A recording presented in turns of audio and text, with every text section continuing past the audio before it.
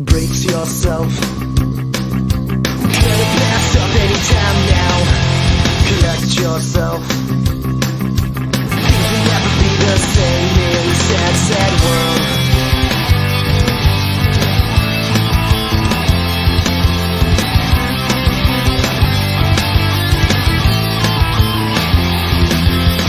Walk around the light a bit, trying to make the pieces fit to a puzzle with a million missing pieces. When I'm feeling fine is when I discover that I'm afraid to blow my cover, and there's something very wrong with this. So slip back in your hole. Good morning, everybody. Good to be with you today. Go ahead and take out the Iliad and open to the beginning of book 23. You'll find on page 559, beginning of book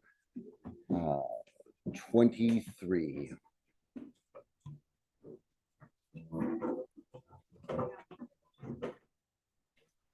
Quite a day yesterday. How about that monologue from Andromache at the end yesterday, as she's addressing her son with her grief and her fears and crying out his name, Astyanax. So we know where we left off. Achilles has gotten his vengeance. He has killed Hector. He has then strapped Hector to the back of his chariot and drug his body in circles around the city of Troy. And then he drugged the body back to the Achaeans' camp. And that's where we pick up here. Let's see. We're good. I'll call you up as I need you. Beginning of book 23. So they grieved at Troy while Achaea's troops pulled back. Once they reached the warships moored at the Hellespont, the contingent scattered, each man to his own ship. But Achilles still would not dismiss his Myrmidons. He gave his battle-loving comrades strict commands. Charioteers in fast formation, friends to the death. We must not loose our teams from the war carts yet. All in battle order, drive them past Patroclus. A cortege will mourn the man with teams and chariots. These are the solemn honors owed the dead. And then after we've eased our hearts with tears and dirge, that's a song of lamentation. After we've eased our, hi, Dashana, we're at the very beginning of book 23, eased our hearts with tears and dirge, we free the teams and all take supper here. All as once the armies cried out in sorrow, and Achilles led the chant. 3 times they drove their full maned stallions round the body. Myrmidon soldiers mourning, and among them Thetis stirred a deep desire to grieve, and the sands grew wet. The armor of fighting men grew wet with tears, such bitter longing he roused. Patroclus, that terror who routed Trojans headlong, Achilles led them now in a throbbing chant of sorrow, laying his man-killing hands on his great friend's chest. Farewell, Patroclus. Even there in the house of death. Look, all that I promised once I am performing now. I've dragged Hector here for the dogs to rip him raw, and here in front of your flaming pyre, I'll cut the throats of a dozen sons of Troy in all their shining glory, venting my rage on them for your destruction. So he triumphed, and again he was bent on outrage, on shaming noble Hector. He flung him face down in the dust beside Patroclus' bier, and down to the last unit, all eased off their armor, fine burnished bronze, and released their neighing teams of horses and took their seats by the swift runner Achilles' ship, Myrmidons in their thousands, and he set before them all a handsome funeral feast to meet their heart's desire. And many pale white oxen sank on the iron knife, gasping in slaughter. Many sheep and bleeding goats. Let's get some goat sounds. Many sheep and bleeding goats, succulent, rich with fat. They singed with the bristles, splaying the porkers out across Hephaestus' fire, then poured the blood in couplets all around the corpse. By now, their commander, swift Achilles, was away by Achaea's kings, barely able to bring him round, still raging for his friend. to feast with Agamemnon. Now they're having a good, that's a dinner party, I'm sure, that he's loving. As soon as the party reached the warlord's tents, they ordered the clear-voiced herald straight away to set a large three-legged cauldron over the fire, still in hopes of inducing Peleus' royal son to wash the clotted bloodstains from his body. So he's at this dinner with Agamemnon, and he's still covered with the blood and guts of Hector and the hundreds of other people he killed, because it's all the same day as the rampage at the river. So he's covered in filth and blood. And remember, he cut the guy's head off so hard that his bone marrow squirted out. So he's covered in bone marrow. And that's how he shows up to dinner with Agamemnon, Lord of Men. Still in hopes of inducing Peleus' royal son to wash the clotted bloodstains from his body, he spurned their offer firmly, even swore an oath. No, no, by Zeus, by the highest, greatest God, it's sacrilege for a single drop to touch my head till I place Patroclus on his pyre and heap his mound and cut my hair for him. For a second grief this harsh will never touch my heart while I am still among the living. But now let us consent to the feasting that I loathe. And at daybreak, Marshal Agamemnon, rouse your troops to fell and haul in timber and furnish all that's fitting, all the dead man needs for his journey down the western dark. Then, by heaven, the tireless fire can strike his corpse, the sooner to burn Patroclus from our sight, and the men turn back to the battles they must wage. So we insisted. They hung on his words, complied, rushed to prepare the meal, and each man feasted well, and no man's hunger lacked a share of the banquet. When they had put aside desire for food and drink, each went his way and slept in his own shelter.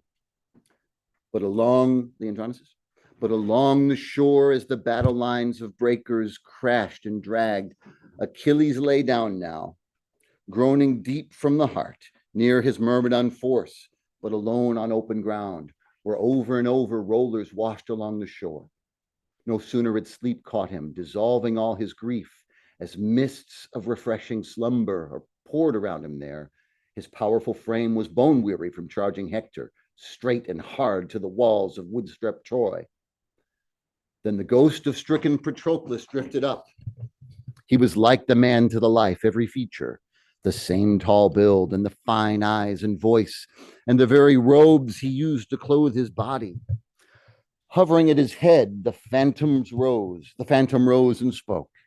Sleeping, Achilles. You've forgotten me, my friend.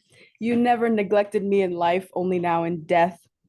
Bury me quickly. Let me pass the gates of Hades. They hold me off at a distance, all the souls, the shades of burnt out, breathless dead, never to let me cross the river, mingle with them.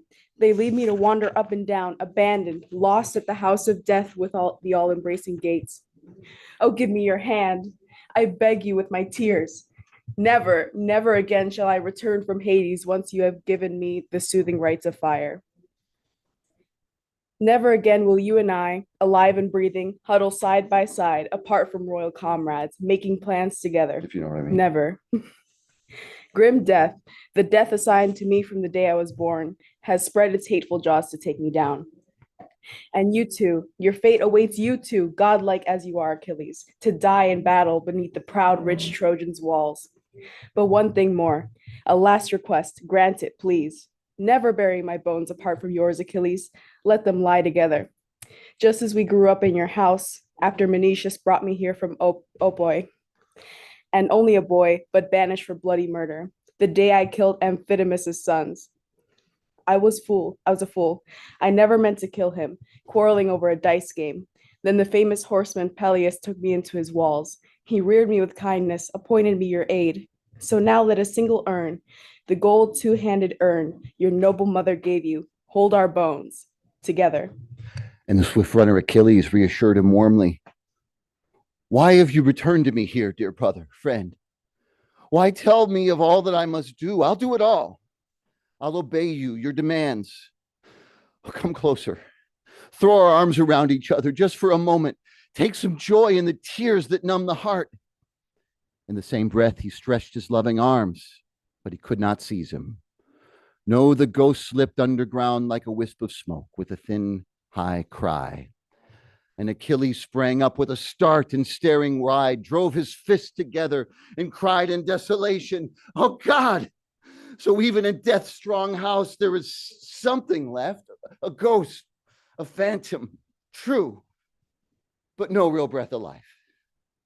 All night long, the ghost of stricken Patroclus hovered over me, grieving, sharing warm tears, telling me point by point what I must do. Marvelous, like the man to the life. So he cried, and his outcry stirred in them all a deep desire to grieve. And dawn with her red rose fingers shone upon them, weeping round the wretched corpse. What happens next in the rest of book 23 is the story of Patroclus' funeral. And Patroclus' funeral is not quite like the funerals that we're probably used to. The way they send him off is with this elaborate athletic festival as they compete. It's like a mini Olympics as they compete in all sorts of sports, boxing and wrestling and horseback riding and I don't know, crop dusting and ping pong and rock paper scissors and we're going to summarize it here, but if you were to read it, and I hope you do read it, Homer sounds, if you read it and you read it out loud or you hear it read out loud, Homer in book 23 sounds a lot like a sportscaster on TV or radio. And it shows us the central place that athletics, that sports had in Greek culture. That's why if for those of you who are working on independent projects, if you look at instructions, one of the suggested topics is sports in ancient Greece, because that's such a pivotal part of who they are. In the interest of time, what we're going to do, though, is we're going to hear the course hero summary before we move on to book 24. So if you're watching on YouTube, oh, shoot, let me figure this out. Course hero, me again, other video, me again. So you're going to want to watch through the 4 videos that follow this in the playlist, but none of them are long. It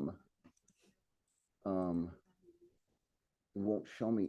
Where's the black box? Oh, don't look at that. Stop recording.